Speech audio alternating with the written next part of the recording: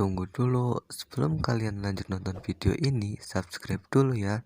Dan nyalain juga loncengnya. Selamat menonton.